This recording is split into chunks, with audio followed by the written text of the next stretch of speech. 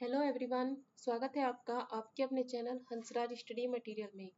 तो फ्रेंड्स, आज का हमारा जो टॉपिक है वो है मौर्य काल से संबंधित मौर्य प्रशासन के बारे में। आज हम यहाँ पढ़ेंगे मौर्य प्रशासन। मौर्य प्रशासन में भी आज हम पढ़ने वाले हैं तीर्थ के बारे में। ये तीर्थ क्या है इसके बारे में पढ़ेंगे, कितने तीर्थ हैं। देखिए, जो मौर्य प्रशासन है उसमें सबसे केंद्र में कौन था? सबसे केंद्र में था सम्राट। सम्राट के बाद आते हैं उसके मंत्री, मंत्री के बाद मंत्रिपरिषद, मंत्रिपरिषद, फिर आते हैं आपके तीर्थ। तीर्थ कहिए या फिर विभाग, क्योंकि इनके अंडर में एक एक विभाग होता था।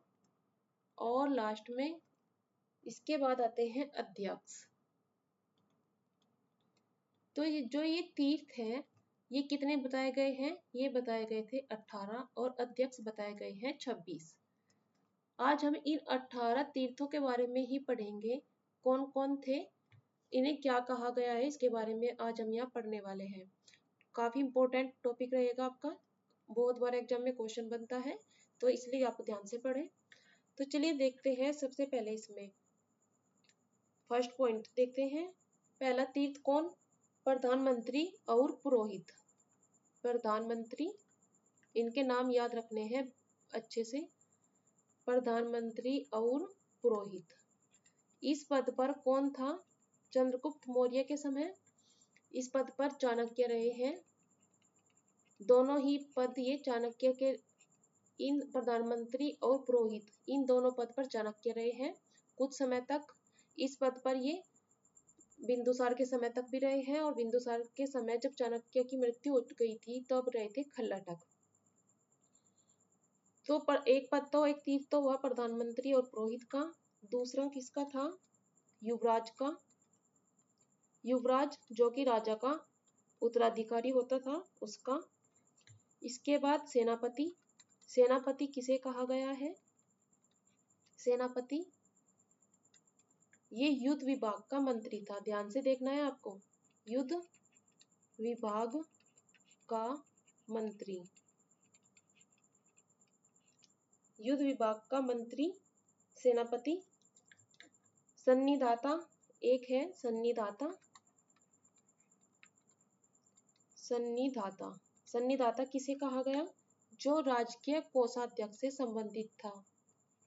राजकीय, ये राजकीय कोषाध्यक्ष था।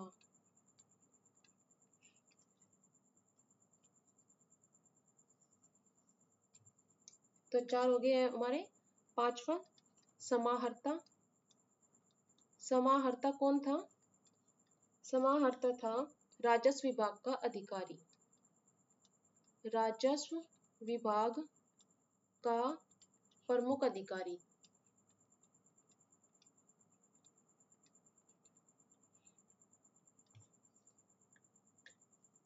इसके बाद व्यवहारिक। व्यवहारिक कौन होते थे? देखिए, 2 प्रकार के न्यायालय बताए हैं, एक दीवानी न्यायालय और एक था फौजदारी न्यायालय। तो जो दीवानी न्यायालय था उसका प्रमुख न्यायाधीश कहलाता था व्यवहारिक। ये दीवानी न्यायालय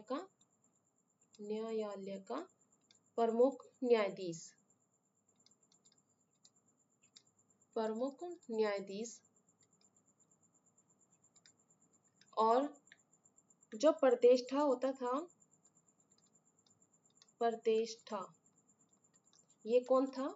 ये था फौजदारी न्यायालय का प्रमुख न्यायाधीश। इसके अलावा एक और तीर्थ था, कौन? मंत्री परिषदाध्यक्ष।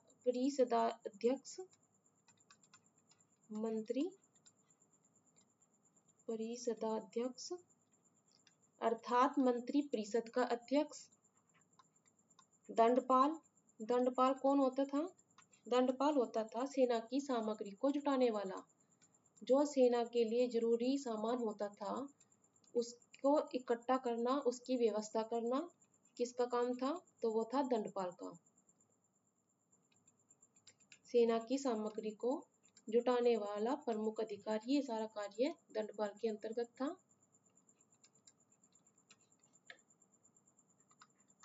अंतपाल, अंतपाल कौन था? राज्य के जो सीमावर्ती दुर्ग थे, सीमावर्ती दुर्गों की रक्षा करने वाला, सीमावर्ती दुर्गों की रक्षा करने वाला। तो जो बार के दुर्ग थे उनकी रक्षा करने वाला तो था अंतपाल। इसके अलावा दुर्गपाल, एक तीर्थ था दुर्गपाल। दुर्गपाल का क्या कार्य था? दुर्गपाल होता था जो राज्य के भीतरी दुर्ग है,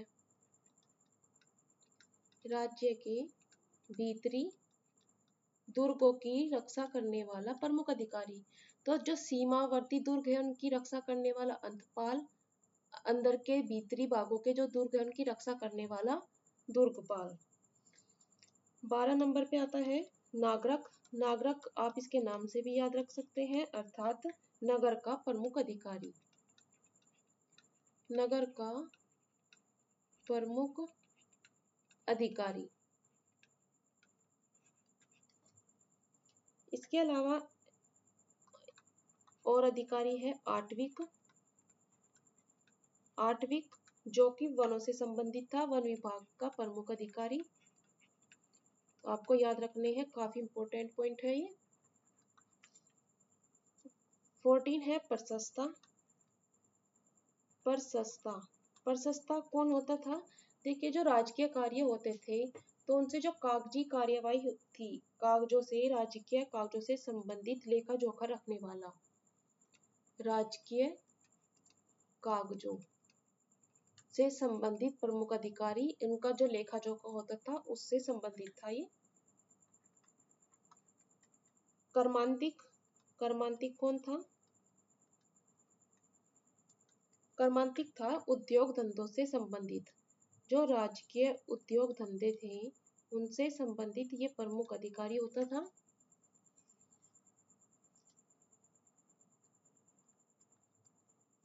नायक, नायक किसे कहा गया है?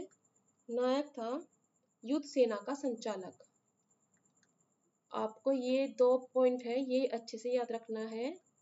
युद्ध सेना का संचालक, कौन कौन से 2 पॉइंट? हमने आपको एक तो बताया सेनापति, ज्यादातर सभी यही सोचते हैं सेनापति वो होगा जो सेना का संचालन करेगा। नहीं, सेनापति था युद्ध विभाग का मंत्री और सेना का संचालन करने वाला है नायक। 17 है दोवारिक। दोवारिक कौन? दोवारिक होता था जो राजमहल की देखभाल करता था, राजमहल की देखरेख करने वाला प्रमुख अधिकारी। और लास्ट का है अंतर्वसिक। अंतर्वसिक ये कौन था? ये होता था जो सम्राट की अंगरक्षक सेना थी उसका प्रमुख अधिकारी, सम्राट की अंगरक्षक सेना का प्रमुख अधिकारी। तो ये थे 18 तीर्थ जिनके बारे में हमने यहाँ पढ़ा। एक एक आपको अच्छे से याद भी होना चाहिए।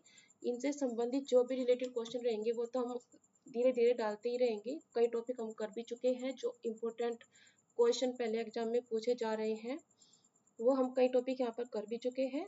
आप जाकर देख सकते हैं हमारे प्लेलिस्ट में, एंशिएंट हिस्ट्री के नाम से MCQ दिए हुए हैं उसमें। तो इसके मौर्य काल से रिलेटेड कुछ पॉइंट्स हम पहले भी कर चुके हैं, जिसमें हमने अशोक के अभिलेखों के बारे में पढ़ा था। आज हमने तीर्थों के बारे में पढ़ा है। इसकी हमारी एक और वीडियो आएगी जिसमें हम पढ़ेंगे जो 26 अध्यक्ष है, क्योंकि ये जो तीर्थ है और अध्यक्ष इनसे भी बहुत बार क्वेश्चन बनता है। मौर्य काल में किस किस से क्वेश्चन बनते हैं? स्पेशली अभिलेखों से बनते हैं। इनके जो ये अभी हमने तीर्थ पढ़े, ऐसे आ जाएगा क्वेश्चन कि युद्ध सेना का संचालक कौन होता था, और आपको ऐसे ऑब्जेक्टिव में दे दिया जाएगा नायक, सेनापति, प्रशस्ता, कर्मांतिक, ऐसे दे देंगे। और इसी में आपका एक अध्यक्ष भी आएगा, तो उसको हम नेक्स्ट पार्ट में करेंगे। तो फ्रेंड्स, आपको हमारा टॉपिक कैसा लगा कमेंट करके बताइएगा। पसंद आता है तो प्लीज़ लाइक शेयर कीजिए। Thank you.